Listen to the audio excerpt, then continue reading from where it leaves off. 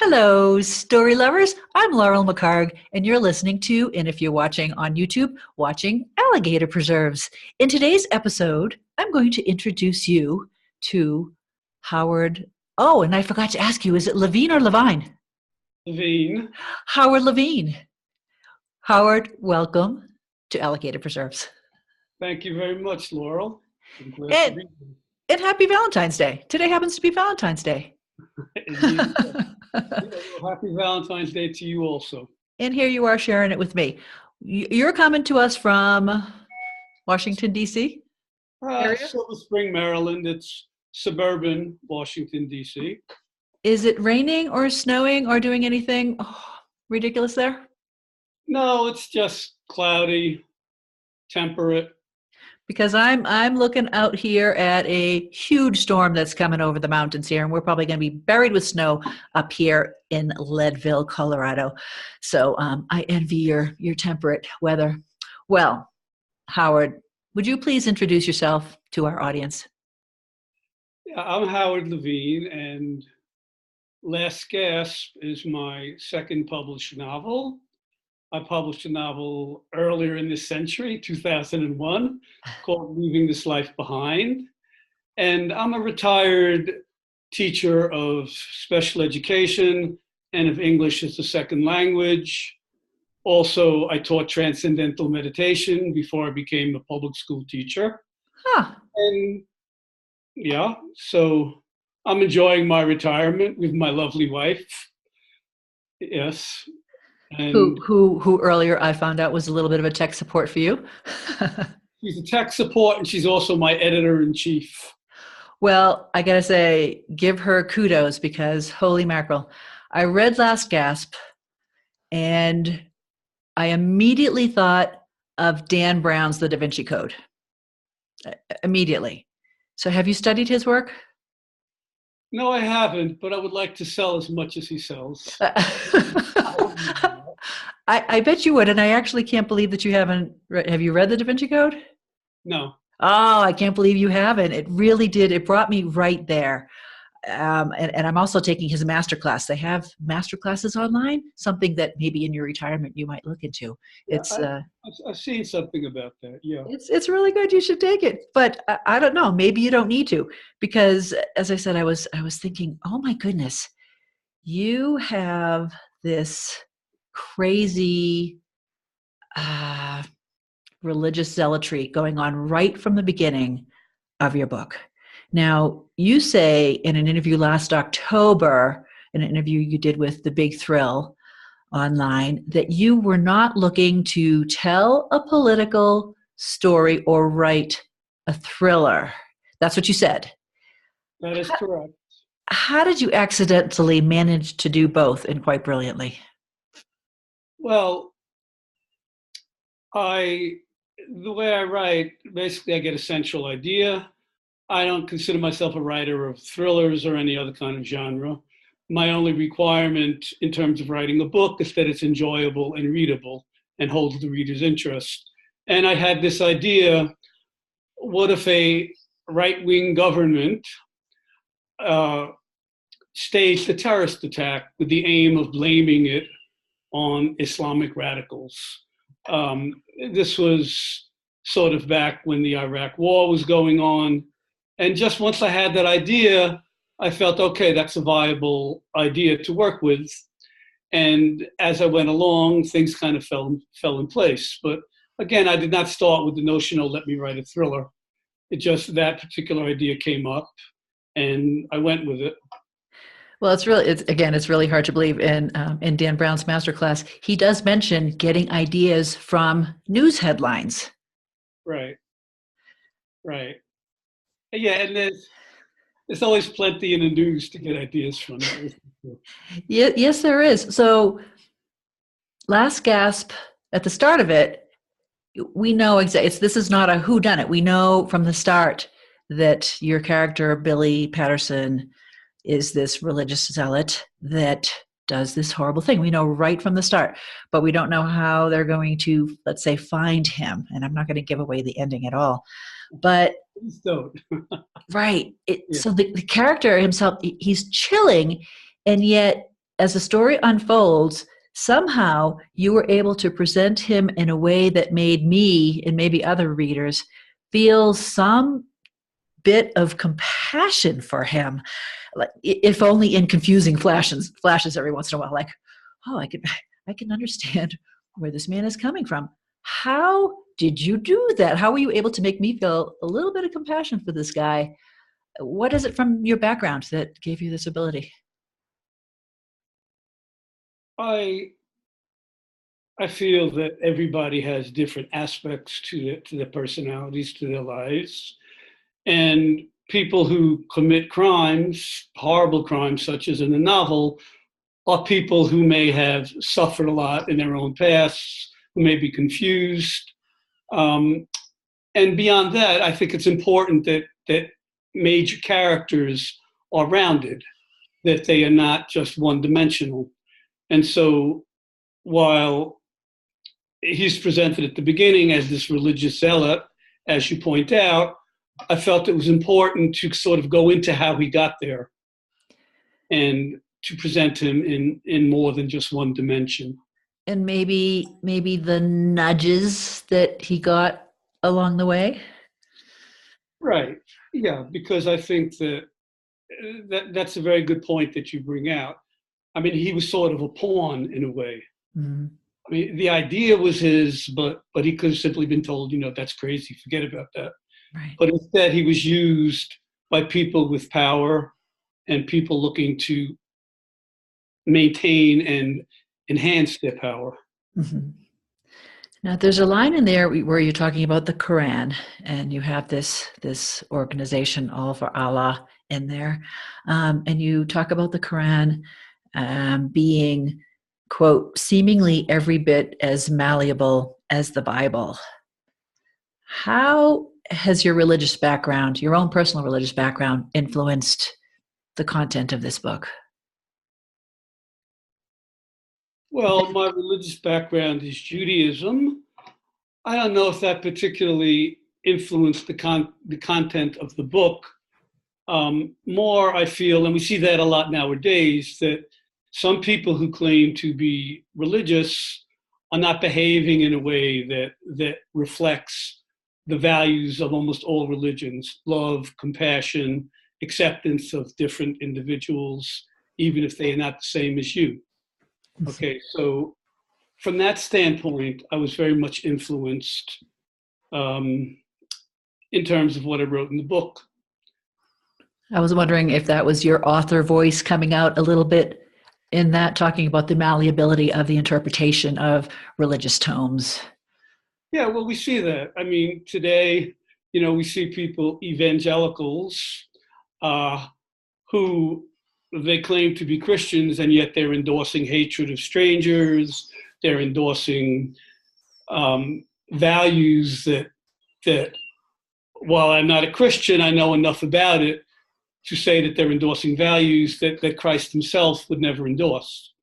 Mm-hmm. So I think there's that strong dichotomy, and we see that today, particularly in evangelicals supporting Trump, who I would say is kind of the antithesis of what Jesus taught a person should be.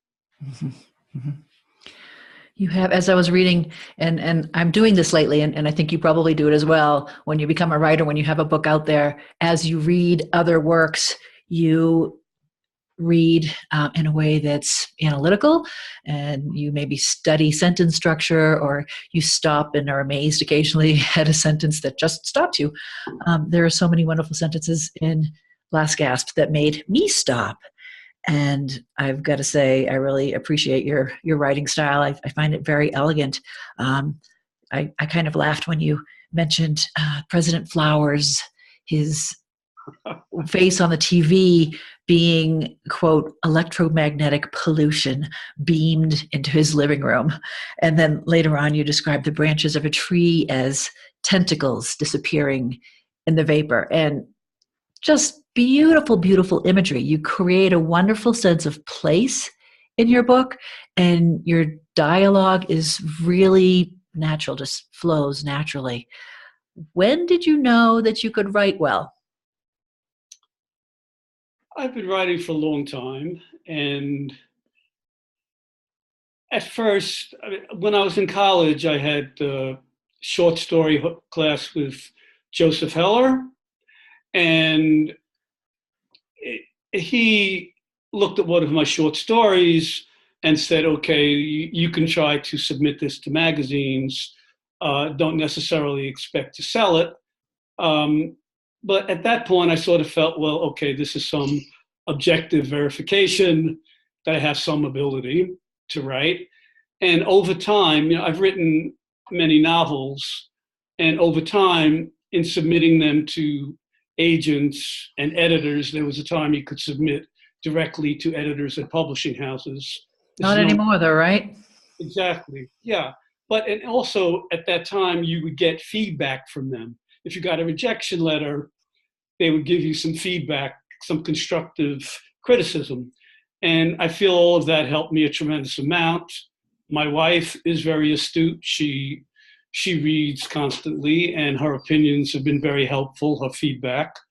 So it's kind of a process of developing as you go along, seeing what you need to strengthen in your work, going over it many times. I mean, I'm sure as a writer yourself, you're familiar with this. Very familiar. I just finished my, I don't know, 20th million edit of my third book in my Water White series, which I'm pretty happy about. And it's funny because every time you go through, every time you search on one word, like the word maybe or the word now, and you find how many you've used it, and then you go back and every single time you use it, you end up rewriting the sentence, and in most cases making the work better. So yeah, and one thing you mentioned about dialogue, I feel it's very important that people speak in a natural, believable way. I mean, if the characters are not speaking in a way that sounds like, oh, these are real people that I could relate to, then that undermines the whole story. Absolutely, it does. And that's a great segue into talk about characters. But first of all, I want to ask, what's your wife's name? Marion. Marion, we got to give Marion a shout out. And before this ends, you got to bring her in to say happy Valentine's Day to her as well. You talk about characters, so talk to me about, first of all, your naming convention. How do you name your characters? And let me just jump in and talk about the last name, Tedeschi or Tedeschi. I grew up in Braintree, Massachusetts, and our supermarket was Tedeschi's supermarket. So the name just jumped right out at me. But how do you name your characters? Well, Tedeschi, that name just kind of stuck in my head. There's a blues singer by the name of Susan Tedeschi. I don't really listen to her music, but just the name itself had a certain quality that I like. It sort of fills the mouth somehow. In other situations, like Folks, the FBI agent, a teacher that I worked with, Jennifer Folks, I borrowed her name. So Billy Patterson was originally Billy Harrelson, the name of another teacher that I worked with. But then I felt, well, he's could be construed as the villain.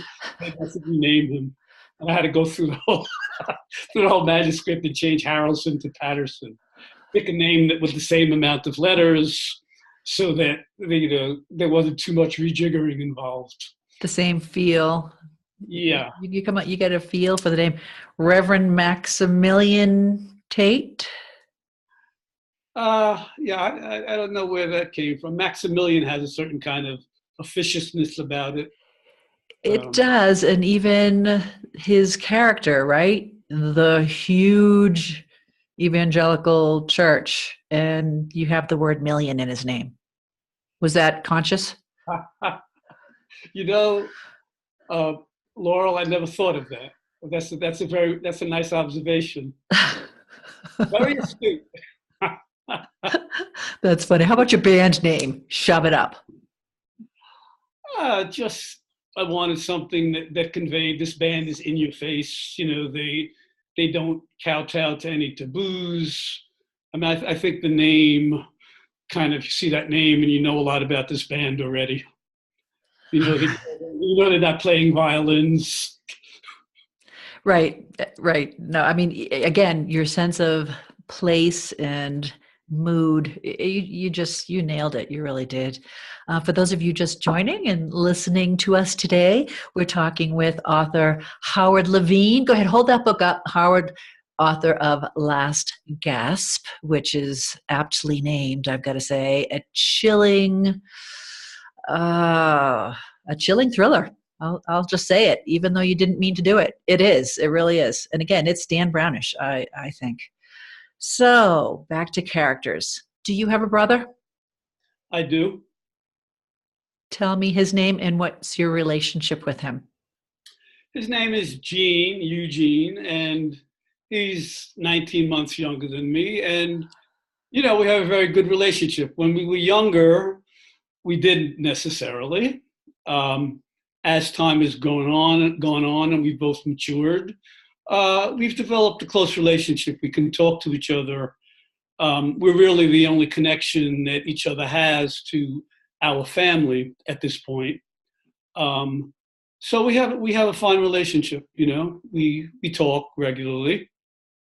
Because the relationship that you established between the two brothers, Frank and Rob, is perfect. And kind of like you're saying, when you grow up with someone, you have to love them. You don't necessarily like them.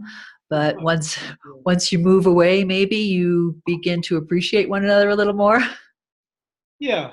I mean, he's basically a good person, and he has good values. And, but you're exactly right. I mean, the siblings, that kind of love-hate relationship. I mean, and particularly, we grew up in a housing project where there were kids all over the place, and it was just an environment that was kind of very exciting, but a lot of tension was in the air at the same time.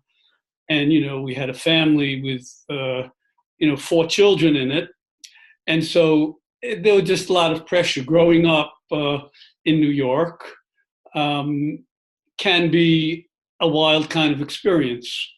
And, I think that affected our relationship. So you have a couple of sisters too? Well, they're no longer with us. But you grew up? Yeah, we grew up together, yeah. Mm-hmm. Mm-hmm. So these two brothers, you made them a Vietnam veteran. One's a Vietnam veteran and the other is a police officer. Are these people you know? Did you study or do any research in Vietnam vets? Do you have personal experience with those two lines of duty? I did research on Vietnam. I mean, there's one scene in particular and bits in other scenes where the war is depicted, and then to do that accurately, I had to do research. I mean, I've known people who served in Vietnam, but basically Frank and his brother Rob, just their characteristics are characteristics of people I knew in New York. Their kind of masculine image, their desire to, just have what they want in life, struggling against, different things that are impacting them. Being a police officer in New York City is a very, very difficult job. And, I think that's reflected in Rob and kind of the rough edges that he has. And those rough edges kind of play into, his relationship with Frank and their estrangement, and then ultimately their coming together of necessity in what they have to do in the novel. Right. And that just worked so well. Each of their talents, each of them, there were times when, and I see this in my own sons, sometimes I have 2 sons, where they're both very right about what they're talking about, but they're arguing with one another. Even though they're both right. It's really funny. Great dynamics in that. You have an organization in there, Vietnam Vets Against the War, and that's an actual organization. Are you a supporter of that organization? I think I read somewhere that you are a bit of an activist. Relatively speaking, I mean, my wife and I, living outside of DC, we've gone to demonstrations. Marion, my wife, has made phone calls, filled out postcards, and mailed them to voters. I wouldn't consider myself an activist compared to some people I know, probably compared to others I am. But during Vietnam, we were both opposed to that war, and more so over time as we learned more about it. As we learned, for example, that the Gulf of Tonkin resolution was in fact fabricated, and that in fact there's a precedent for the government lying in order to further its aims in terms of war or something else. So there. Let's switch to the actual writing process and your actual writing process. What is your writing routine now that you're retired? And I'm retired too, but oh my gosh, I'm working all the time.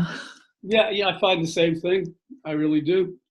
And my writing process hasn't changed much, except that it's a little more comfortable to fit into my schedule. But I can write. I've been in situations where I've had to make revisions for an agent or a publisher, and in those situations, I can write longer.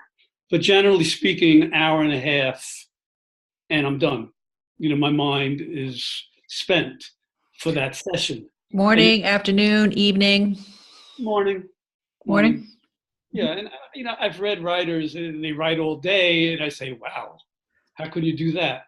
But personally, I have a certain amount of time in which I can really focus, and it is, as you know yourself, it's totally absorbing when you're doing it. But there comes a point when you say, okay, enough. Done. Right. Yeah. Are you a planner or a pantser? Do you know what's going to happen from start to finish, or do surprises happen, or a little bit of both? A little bit of both. I would like to be able to outline and plan beforehand more than I can. But particularly with Last Gasp, I found that as I went along, possibilities presented themselves that I didn't see before. And yourself, if you're stuck in a particular place, then when you're not writing, your mind is with that, and things come up. They just do. Working on it, and again, many of my books, I dream in Technicolor, and I get characters, I get scenes, I get things that just shout out to me that they need to be in my work. But yeah, our brains never turn off. The creative process it's remarkable. It really is. Do you have tips or advice for other writers and authors out there? Tip number one is to get objective feedback on your work. When Marion, I finish a chapter, I show it to Marion, and I know she's going to tell me exactly what she thinks. And, I demand that of her in a gentle way because this is what you need. After you've looked at your work repeatedly, you cannot see it clearly. So that is the first piece of advice. Secondly, as much as you can, develop your own voice. It has to be something that's natural to you, that will feed into natural writing. I found, with my first novel, I was trying to present, certain ideas, certain understandings that I had about life, and I was starting to write nonfiction, and I realized, no, you can't do that. If you're going to present ideas and concepts, it has to be in the context of the writing. It has to flow naturally. Otherwise, it just stands out like a sore thumb. Well, talk to me a little bit more about, you said it couldn't be nonfiction because you were talking ideas. What do you mean? Well, and maybe this has to do with your first book, right? My first novel, entitled Leaving This Life Behind, was somewhat notable in that it presented a fictional hereafter in great detail. And the reason that I did that was basically because I felt there's more to us as individuals, both in this life and afterwards.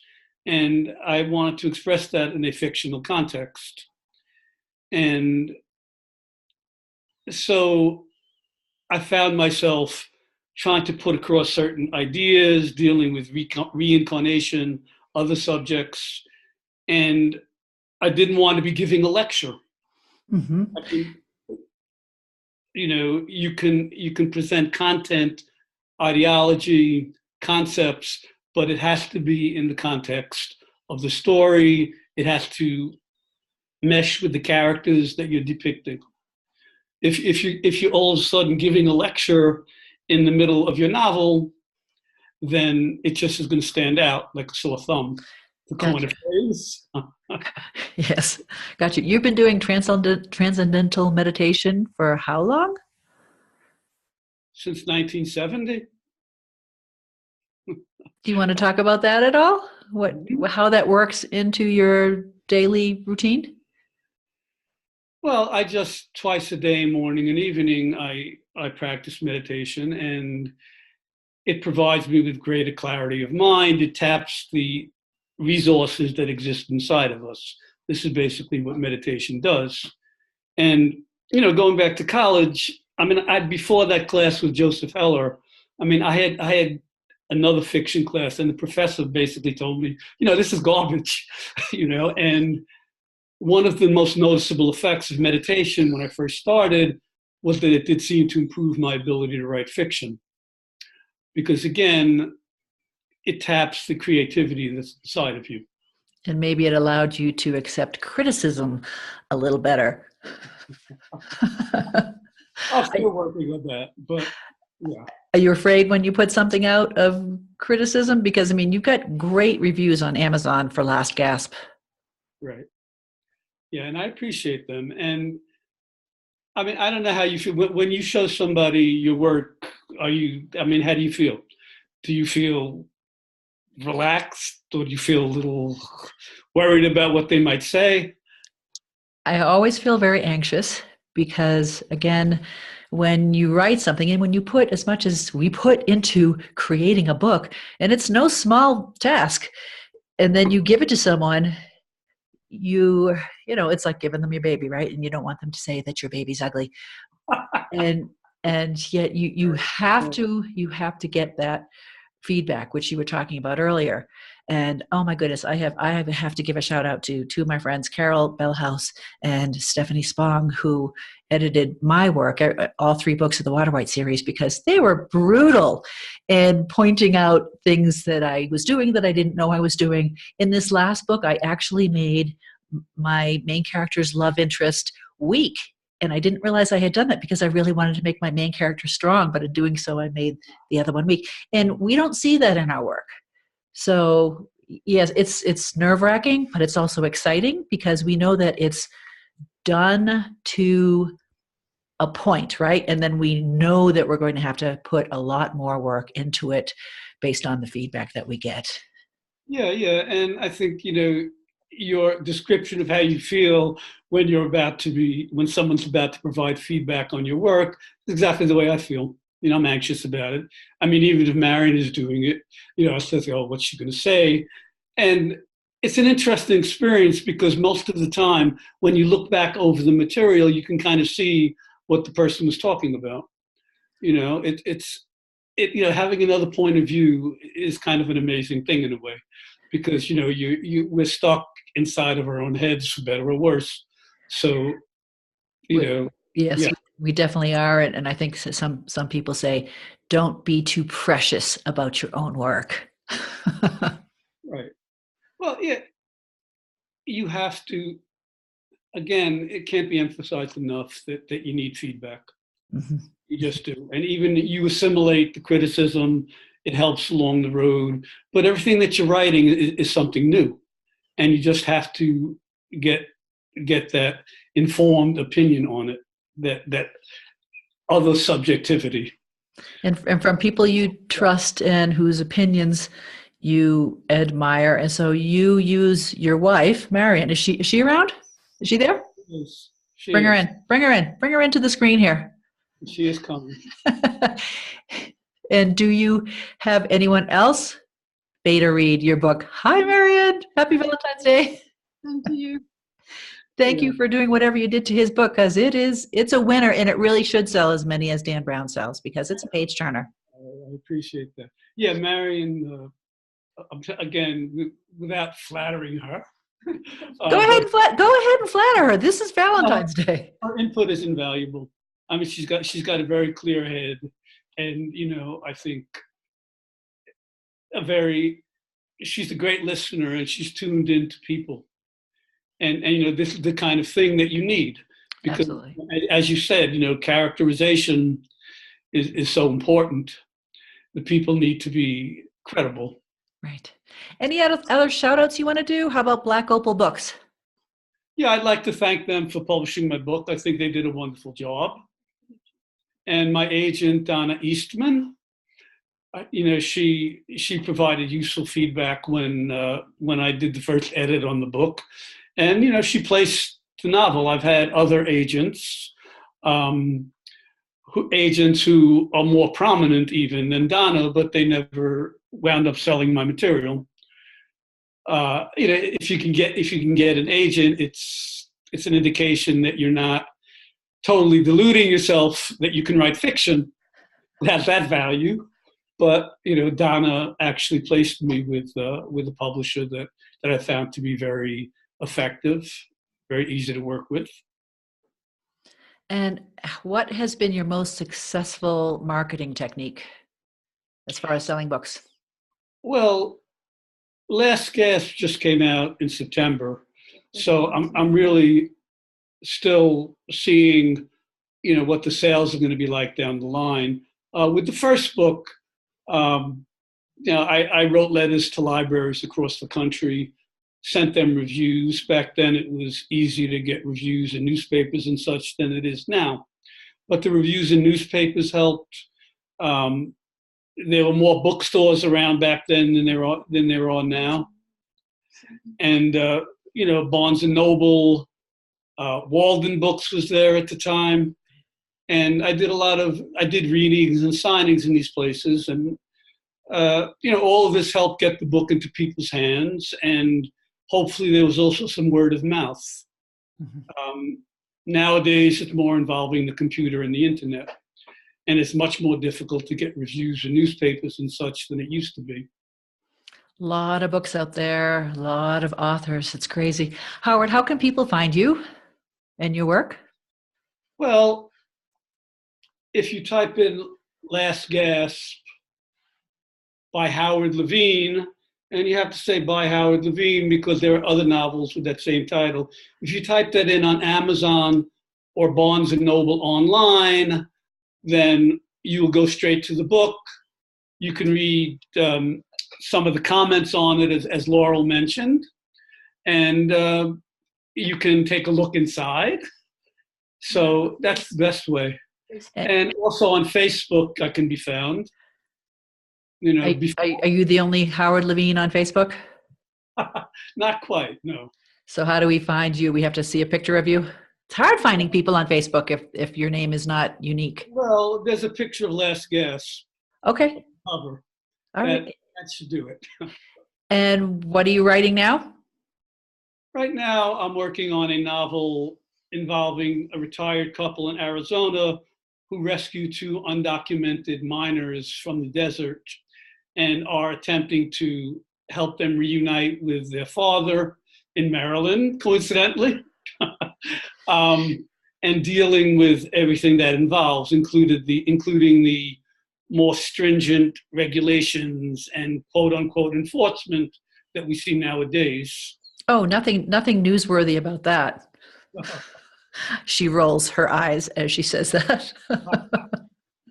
Feel free to roll your eyes, Laurel. I'm rolling them big time. Well, Howard, thank you so much for this amazing visit. And listeners out there, you can find show notes with links and photos, because Howard, you're going to send me some photos, right? I will. Didn't I send you one? Oh, you might. I want more than one. You can find those on my website at leadvillelaurel.com.